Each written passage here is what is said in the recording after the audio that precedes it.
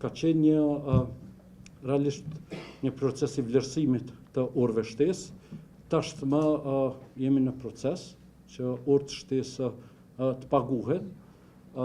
Realisht ne po punojmë në dizajnim të sistemit sa më të mirë në mënyrë që as kujt, as mos t'i humbet, as mundi, as angazhimi, por edhe buxheti I policisë të Kosovës të orientohet drejt investimeve kryesisht kapitale, por edhe shpenzuese. Ju thatë se ka qenë vetëm lista srpske ajo që ka votu nga opozita.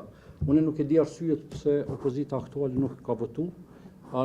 Ky ligj ka qenë në debat publik, ka qenë në komision, ai ka kalu në komision pa kur farë kundërshtime të opozitës. Tash ka qenë çështje kalkulime këtyre politike që s'kan të bëjnë fare me ligjin, që realisht nuk kanë votu. Na në zezan të bardhëm e dëshmojmë se ky ligj nuk ka kur farë ndryshimi prej ligjeve të cilat ata I kanë sjellë. Edhe vetë kushtetutën.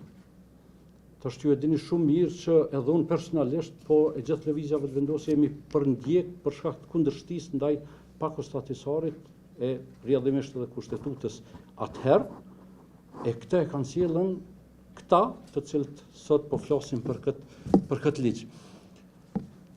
Unë pra po them, I ftoj opozitën aktuale që në legjislacionin e 11 në bashkangjitur në ndryshimet kushtetuese, me cilën ne rregullojmë të gjitha dobësitë po dhe padrejtësitë që shumicës në Kosovë këta I kanë bërë.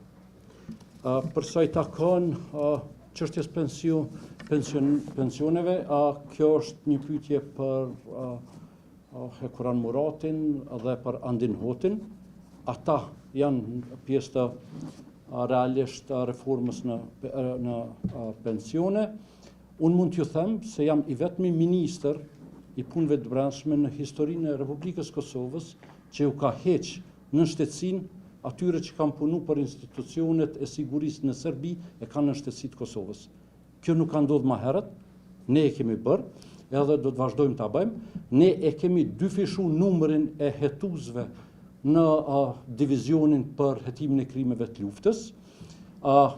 Rrjedhimisht e keni pa se ka edhe numër shumë madh të aktakuzave ndaj kriminalëve të luftës në luftën në Kosovë.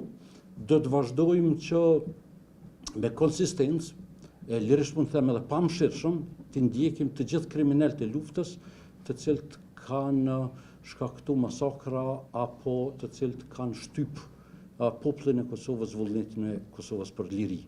Këtu besoj se qytetarët e Republikës Kosovës nuk kanë asnjë dyshim. Këta e kena dëshmu prej momentit të ardhjes sonë në qeveri deri tash. Jemi të pa kompromis, të pa ndalshëm edhe jashtëzakonisht vendosur. Jepet atyre në shtetësia, a ka ndonjë klasifikim që është planifikuar të bëhet? Jo, shifni. Unë po them kushtetuta të cilën ne nuk e kemi sjell, e ka sjell opozita. Edhe unë nuk mund ta ndroj kushtetutën sipas shefit tim. E kanë po me vot, pa tjetër, prandaj unë po ftoj opozitën, edhe fatkeqësisht edhe me shumicën e dyfisht, nëse ju kujtohet shumë mirë, të cilën këta e kanë sjell, e na thonin që nuk është as e dëmshme as e rrezikshme për ne. Në fakt është bërë blokadë për funksionimin normal të shtetit Republikës Kosovës në kuptimin e shumicës edhe pakicës. Megjithatë, ne do të ndjekim të gjitha mundësitë ligjore që ta ndrojmë kushtetutën e të ndrojmë ligjet pastaj të cilat derivojnë nga kjo kushtetutë. Deri atëherë, ne do të punojmë që të përmirësojmë brenda kornizës kushtetuese të gjitha aktet që mund të përmirësohen. E tha edhe qëndrimi, përderisa në ligjin për shtetësi 2008 dhe 2013, këta kanë shku përtej kushtetutës. E kanë quajtën realisht që këta konsiderohen, ne e kemi bërë këtë përmirësim, edhe kemi thonë që si që thotë kushtetuta, ju njihet e drejta. Por kjo e drejt pastaj do të rregullohet më tutje me udhëzimet administrative për të cilat ne po punojmë. Edhe besoj se do të sqarohen shumë gjëra. Apo thuni që është dashur ne të futemi në ndryshimet kushtetuese. Po të paktën me bëu ndonjë përpjekje me qenë se po ftoni për të ardhmen? Jo, po dhe, apo thuni kështu. Unë ju inkurajoj që këtë pyetje me ja bo opozitës, edhe me ja bo listës srpska. Për shkak se për ndryshimet kushtetuese momentalisht duhen shumica dyfisht. Tash përderisa që kjo opozitë nuk ka problem me bashkëpunu me listën srpska, po ka problem me bashkëpunu me lëvizjen vetëvendosje, unë mendoj që adresa e duhur për këtë pyetje duhet të bëhet opozitës aktuale. Ne po punojmë të përmirësojmë të gjitha dhe po punojmë që të fuqizohemi me sjell punën aty që ndryshimet kushtetuese pastaj me qenën atë natyrshme. Unë po i them, ata kanë pas edhe kanë ftesën e vazhdueshme që Kushtetutën e Republikës Kosovës, të gjitha ato dispozita të cilat nuk janë të drejta, të ndryshojnë. Ju jeni dëshmitar i sjelljes tyre në raport edhe me Kushtetutën, edhe më herët me Pakun e Ahtisarit. Prap e kam bërë edhe më herët këtë ftesë, prap e përsëris, opozita aktuale, opozita arshme, ju ftoj në legjislacionin 11 së bashku të punojmë që ta ndryshojmë Kushtetutën. Unë po ashtu i ftoj mos ta mbështesin listën srpska, me qenë se lista srpska është derivat i drejt për drejt i qeverisë aktuale të Beogradit. Lista srpska do pësohet të fuqizohen serbët e Kosovës në mënyrë që të punojnë bashkë që Kushtetuta më ndryshu. Shifni, nuk pe dini. Ju tha si pas një urive tuja, vjen kesh, po nuk pe dini.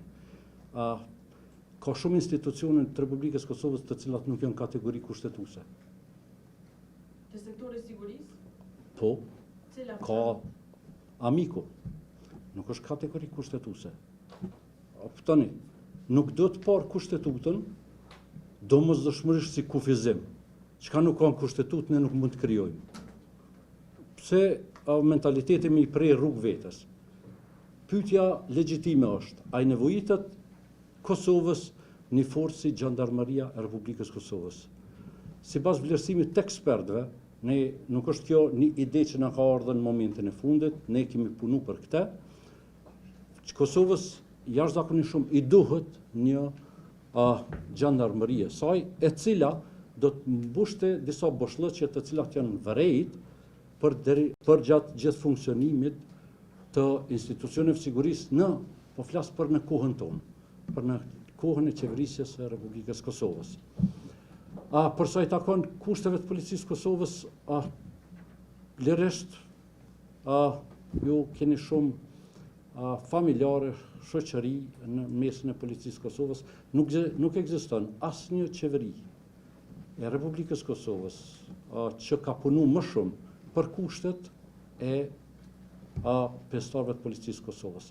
Qoftë si pjesëtar individual, qoftë si institucioni sigurisë të Republikës Kosovës. Asnjë.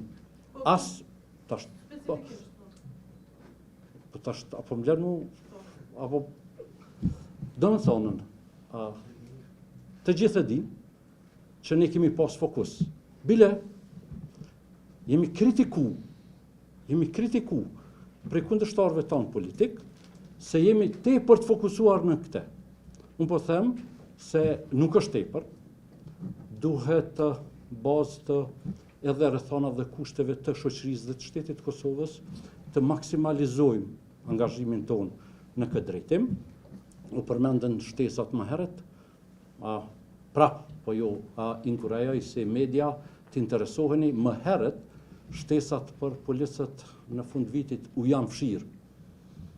Prej kohës kur unë jam ministër, asnjë orë e policisë Kosovës nuk kam mbet pa u paguar. Asnjë. Ky është ndryshimi themelor. Prandaj kemi edhe një rezultat të jashtëzakonshëm të punës të policisë, duke qenë se kanë parë se angazhimi tyre po vlerësohet drejt. Për sa i takon kompit Enver Zymeri, unë pyetje suaj do t'ju përgjigjesha me një pyetje. A janë vetëm garazhat që janë investuar aty, apo ka dhe diçka tjetër? Unë për këtë çështje është deklaruar Policia e Kosovës. Unë nuk e kam ndërmend të deklarohem për çështje të cilat janë çështje konfidenciale brenda policisë Kosovës, por edhe këtu në pare mund të them se kushtet aty janë me mira herë më të mira se që i kemi gjetë. Në vazhdimsi punohet që këto kushte të ngritën, edhe fal edhe investimit në atë kamp, ne kemi sukseset të cilat askush nuk mund t'i mohoj në veriun e vendit tonë. Po, unë besoj se ju duhet të mërni një qëndrim. Ne ose jemi diktatorë, si që përna akuzojnë kundërshtarët politik, ose jemi tepër të butë dhe lejojmë që një kompani e cila njët që është mbështetë se një subjektit politik opozitar merë të nder në institucione që udhëhiqen nga Ministria e Punëve të Brendshme. Unë po ju them formalisht se këtë pyetje duhet t'ia bëni policisë të Kosovës, duke qenë se prokurimi në policinë e Kosovës udhëhiqet nga Departamenti i Prokurimit në policinë e Kosovës. Nuk udhëhiqet nga Ministria e Punëve të Brendshme. Nëse ju mendoni se ne duhet të intervenojmë edhe këtu në kuptimin e marrjes së kësaj kompetence nga Policia e Kosovës, atëherë është çështje debatit. Por unë po ju them, Policia e Kosovës ka strukturat e veta që punon në çështjen e prokurimit për nevojat e policisë të Kosovës. Tash se kush i merr ato si emra, me ju thonë të drejtën, për mua nuk është prioritet, për mua procedurat janë prioritet. Nëse ju deklaroni se potencialisht mund të ketë shkelje në procedura, unë me njerë do të ftoj kryeshefin e inspektoratit policor për të filluar hetimet për shkeljet eventuale.